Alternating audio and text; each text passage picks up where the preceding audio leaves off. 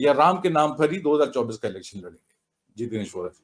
जी, बिल्कुल आपने सही कहा और वो 1000 साल आगे की बात करते हैं अपनी। शायद उनको इस बात का ज्ञान हो कि वो अजर अमर हैं और वो रहेंगे और उनको कोई रिप्लेस भी नहीं कर सकता, हो सकता है। सुनील जी आपके पास आता हूँ। इस बीच अनिल जैन जी भी जुड़ गए हैं, आपका बहुत-बहुत स्वागत है। आशा है आपका स्वास्थ्य अच्छा है, बीच में आपका स्वास्थ्य थोड़ा खराब था, तो डॉक्टरों का बीमार पड़ना ठीक नहीं है सर। आप डॉक्टर बीमार पड़ जाओगे तो हम जैसे मरीजों का क्या होगा सर? थोड़ा हमारे ऊपर भी थोड़ा ख़्याल रखिएगा। सुनील शुक्ला जी, जो बात आत्मजीत जी ने कही वो सर्वथा उचित है और अब अगला टारगेट तो मथुरा और काशी है, इसमें कोई शक वाली बात नहीं है। और जिस ढंग से सनसनीखेज तरीके से आज फ्रंट लाइन न्यूज़ है, बहुत सारे न्यूज़पेपर्स की, अंग्रेजी के न्यूज़पेपर्स की भी कि मंदिर तोड़कर अपना मस्जिद तोड़कर मंदिर बनाया गया, काशी का सारा जो रिपोर्ट आई है और अब ये फैसला जल्द ही कोर्ट से आ जाएगा कि भई यहाँ पर मंदिर बनेगा। मुझे 2 चीज़ें समझ में आती हैं यहाँ से। राम मंदिर के फैसले में एक चीज़ बड़ी प्रमुखता से थी, वो पहला ये था कि उनको जजमेंट देना था तो किसके पक्ष में देंगे। ठीक है, एक तरफ कह दिया कि हीनस क्राइम है, लेकिन मंदिर बनाने की इजाज़त सर्वसम्मति से 5 जजों ने दे दी और चंद्रचूड़ साहब उसमें थे। लेकिन एक बहुत बड़ा बेनिफिट था उसके अंदर उनको। बेनिफिट ये था कि जिस जगह पे मंदिर बनाना था वो ज़मीन खाली थी। 92-93 में ज़मीन खाली हो चुकी थी, वो टूट-टाट के खत्म हो गया था। लेकिन अब जिस जगह ये जजमेंट देंगे, जजमेंट अब भी वही आएगा। मैं यकीन से कह सकता हूँ कि आप यहाँ पर मंदिर बनेगा, काशी में भी मंदिर बनेगा, ये जजमेंट भी आएगा, यही अदालत देगी। आज नहीं तो 2-4 साल बाद देगी। लेकिन यहाँ पे एक दूसरा जजमेंट भी आता है। दूसरा जजमेंट ये है कि आपको मॉस्क डिमोलिश करनी है। क्योंकि अब शायद 1990-92 का टाइम नहीं है सर अब ये, अभी टाइम बदल गया है। इस सोशल मीडिया के युग में जब दुनिया बहुत वोलेटाइल है, क्या इसमें आप या कोई भी एक अदालत किसी मस्जिद को तोड़ने का आदेश दे सकती है? अगर वो नहीं देती और एक दूसरा ऑप्शन आता है कि हम आपको अल्टरनेट साइट देंगे तो क्या वो स्वीकार करेंगे? अभी से उसके अंदर अस्वीकृति जो है ऑलमोस्ट 99% मुस्लिम्स की है और वो बिल्कुल क्लियर है। ये सेकंड पार्ट जजमेंट जो है कि मॉस्क को डिमोलिश कर दो। आप प्रूव भी कर दोगे कि हाँ, मंदिर टूटा, मस्जिद बनाई। लेकिन क्या हिस्ट्री को ऐसे करेक्ट किया जा सकता है? क्या यही हमारा काम रह गया है देश चलाने के लिए? हम हिस्ट्री को करेक्ट करते रहेंगे, 500 साल पहले क्या, 1000 साल पहले क्या? तो फिर उसके बाद तो ये भी आएगा कि आपने बुद्धिस्टा मंदिर तोड़ के हिंदू मंदिर बनाए थे। ये बात भी सही है, इसकी भी एक इतिहास है। तो हम कितना पीछे जाएँगे और कितना करेक्ट करेंगे और कितना अपने देश का सांप्रदायिक रूप से नुकसान करेंगे, ये सोचने की बात है। और पूरे परिप्रेक्ष्य पे आपकी टिप्पणी सुनील शुक्ला जी। धन्यवाद दिनेश जी। ये तो पिछली बार ही कहा गया था, जो राम मंदिर आंदोलन के समय ही, कि मंदिर तो हम वही बनाएंगे।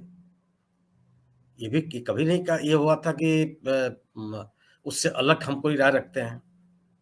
भारतीय जनता पार्टी ने तो न्यायालय की बात ही नहीं कही थी। अगर 1989 के उनके कार्य परिषद की प्रस्ताव को अगर आप ध्यान में रखें तो उन्होंने कहा था कि संसद के से कानून बन करके इसका समाधान निकाला जाना चाहिए। उन्होंने न तो न्यायालय के आदेश की बात कही थी अपने शुरुआती दिनों में, और न ही आपसी विमर्श के इसके समाधान की बात कही थी। भारतीय जनता पार्टी का तो रुख वही रहा शुरू से ही। दूसरी चीज ये कि इस मामले में क्या होगा। अब सवाल है कि इस देश में एक कानून है, वर्शिप एक्ट 1991, जिसमें कहा गया है कि अयोध्या मंदिर को छोड़ करके कहीं किसी भी मंदिर मस्जिद के जो वर्तमान स्थिति है उसको में बदलाव नहीं किया जाएगा। जो है सो है।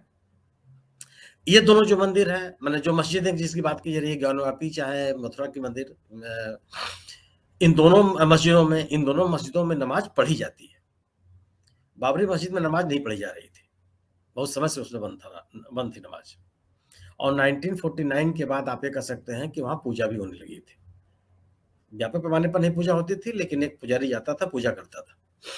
ठीक है। और अल्पसंख्यक समुदाय मुसलमानों ने वहां नमाज पढ़ना बंद कर दिया था और नमाज पढ़ने की इजाजत भी नहीं थी। देश वर्तमान नियमों के अनुसार तो ऐसा नहीं होना चाहिए। आप जो वर्तमान किसी भी धार्मिक स्थल की जो वर्तमान स्थिति है उसमें तो परिवर्तन नहीं होना चाहिए। लेकिन जो जिस तरीके से सरकार का काम है, जो सरकार जिस तरह से कर रही है या सरकार के समर्थित लोग जिस तरह से काम कर रहे हैं, उसमें कुछ भी हो सकता है। लेकिन अगर जो कुछ भी होगा, ये देश के हित में नहीं है। आप एक पक्ष को बहुसंख्यक संख्या के बल पर एकदम दबा करके या उनके मन में एक भय का वातावरण बना करके आप समाज का भला नहीं कर सकते, नहीं कर सकते। और मुझे मानने में कोई दिक्कत नहीं है कि जो ये ताकतें हैं, ये इसको स्वीकार नहीं, तो इसको आगे बढ़ाएंगी वो किसी बिंदु पर पीछे हटने के लिए तैयार नहीं है। उनके वो तो एक तरह का जो ये कहा ही जा रहा है कि जो समाज या जो दल या जिस दल के समर्थक या जो कार्यकर्ता है वो ये माहौल बना रहे हो कि एक दिन ऐसा आ जाएगा कि मुसलमानों की संख्या इतनी हो जाएगी और हम अल्पसंख्यक हो जाएंगे और हमारा देश बढ़ जाएगा। तो उनसे आप कैसे उम्मीद करते हैं जो एक मुसलमानों के प्रति भय का वातावरण बना करके अगर आप अपनी राजनीतिक गतिविधियों को संचालित कर रहे हैं और अपने लोगों को अपनी तरफ आकर्षित करने का प्रयास कर रहे हैं, तो उसमें आप ये कहाँ से उम्मीद कर सकते हैं कि ASI का ये सर्वेक्षण आएगा तो शांत हो जाएंगे। ये सर्वेक्षण की बात इसीलिए की जा रही थी। लेकिन सवाल है कि सर्वेक्षण एक तरफ, दूसरी तरफ यह है कि अगर वहां पे नमाज पढ़ी जा रही है, वहां पे वो एक सालों साल से वह अल्पसंख्यक समुदाय का एक धार्मिक स्थल है जहां पे वो अपनी धार्मिक गतिविधियां संचालित कर रहे हैं, तो वो फिर उसका स्वरूप पे क्यों बदलाव किया जाए। और यह मोहन भागवत जी कह चुके हैं कि कहाँ किन किन मस्जिदों में आप शिव मंदिर खोजेंगे। बाद में उन्होंने वो भी चुप हो गए। लेकिन अगर इन गतिविधियों के संचालित करते रहने से, इस तरह का नैरेटिव विमर्श बनाए रखने से अगर भारतीय जनता पार्टी को राजनीतिक लाभ है, उनको अपने मतदाताओं को अपने तरफ आकर्षित करने में उनको सफलता मिल रही है, सत्ता में लगातार बने रहने के लिए उनका जन समर्थन बढ़ता चला जा रहा है, तो क्यों चुप होंगे वो। ये जरूर है कि इसकी बड़ी कीमत अदा करनी पड़ेगी देश को। एक अलग तरह का माहौल होगा। ये माहौल कहीं से भी देशहित में नहीं होगा। आप तनाव का वातावरण बना करके संघर्ष की स्थिति बनाए रख करके आप किसी देश की प्रगति नहीं कर सकते। और जिस तरीके से भी जो कैबिनेट में जो प्रस्ताव पारित किया है और मोदी जी को जिसका अवतार पुरुष के रूप में व्याख्या की गई है, ये तो साफ साफ बताता है कि हम कहाँ जा रहे हैं, हम किस दिशा की ओर जा रहे हैं या हमको किस तरह ले जाया जा रहा है। ये तो सोचने की बात है। और दुर्भाग्यपूर्ण स्थिति यह भी है कि कम से कम जिस तरीके से इन स्थितियों का, इस तरह के विमर्श का विरोध होना चाहिए, उसमें नीतीश कुमार जैसे लोग पलीता लगा रहे हैं। मैं नहीं कहता कि नीतीश कुमार जा रहे हैं या नहीं जा रहे हैं, मुझे जानकारी नहीं है, लेकिन इतने घटनाक्रम के बावजूद भी उनका न बोलना ये तो संदेह पैदा ही करता है। उनको, उनके प्रवक्ता को, उनके लोगों को तो बोलना चाहिए। तो अगर आप सामाजिक न्याय की राजनीति की बात करते हैं, सांप्रदायिकता के खिलाफ राजनीति करने की बात करते हैं, समाज के सर्वहारा के विकास और उसके जीवन में तब्दीलियों की बात करते हैं, और बावजूद इसके आप उस राजनीति का विरोध नहीं करते, उस राजनीति के साथ भी आप खड़े हो जाने के लिए तैयार हो जाते हैं। तो अगर इस तरह की राजनीतिक स्थितियां हैं तो देश कहाँ जाएगा। देश के लोग इसको स्वीकार करने के लिए बाध्य हो जाएंगे। राजनीतिक ताकत से थोड़ा लड़ सकते हैं या कोई बड़ी क्रांति हो जाए, बड़ी कोई चीज हो जाए, अलग की बात है। अन्यथा जो राजनीतिक स्थितियां बता रही हैं, सबसे मतलब नीतीश कुमार एक प्रतिनिधि व्यक्ति हैं, एक सामान्य नेता नहीं है वो गैर सांप्रदायिक राजनीति के बड़े चेहरे हैं, पहचाने हुए चेहरे हैं, जिसके प्रति लोगों के मन में विश्वास रहा। अगर इस तरह की स्थितियां बनेंगी तो क्या कह सकते हैं आप। लेकिन यह है मैं भी मानता हूं कि सहजता के साथ समाज इसको स्वीकार नहीं करेगा।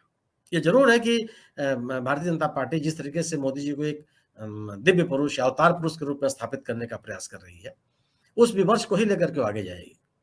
और इस अवतार पुरुष की बात जब आप करते हैं तो उसमें एक तरह का ये होता है कि आपका जो क्षेत्र है उसकी व्यापकता बढ़ती चली जाए, उसका विस्तार होता चला जाए, लोगों को आपके साथ जोड़ने की कोशिश की जाए। अगर अपने आप नहीं आते हैं तो उनको इन प्रकार अपनी तरफ लाया जाए।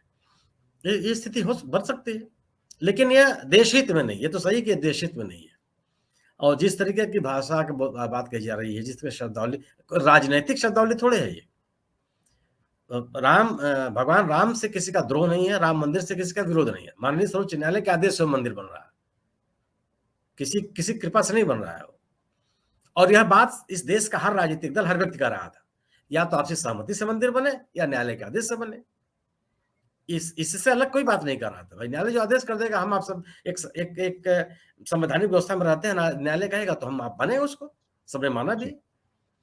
लेकिन अब जो माहौल बनाया जा रहा है, और यह उस आयोजन के बाद ही जो प्रधानमंत्री जी का भाषण हुआ और जिस तरीके से उन्होंने विपक्षियों पे हमले किए, आपने सही कहा कि आप आराधना करते समय भी, साष्टांग करते समय भी आपके दिमाग में क्या चल रही थी, और क्या इस शैली के साथ आप कोई आध्यात्मिक और आत्मिक प्रगति कर सकते हैं क्या? जी। बिल्कुल, नानक जी ने सही कहा था दौलत खान को, आप कहाँ नमाज़ पढ़ रहे थे? आप तो काबुल में घोड़े खरीद रहे थे। तो बस कुछ ऐसे ही तो चल रहा था यहाँ भी।